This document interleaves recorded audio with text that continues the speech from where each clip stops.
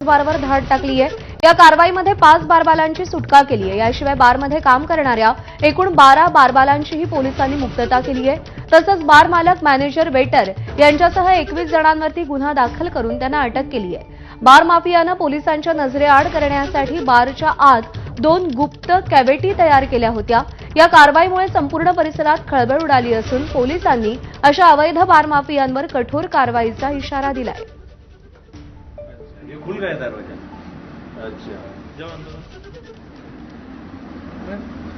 चलो चलो दिखा ना, चल ना दिखा ना, अभी तू नहीं तो कौन जाएगा। इधर गर्मी होता है इसलिए रुक रुक रुक, हाँ बोल क्या। इधर गर्मी होता है इसलिए खुला रखते हैं। खुला है, उधर क्या है। उधर घर है आदमी का ओके, नीचे। तो इधर क्या करते।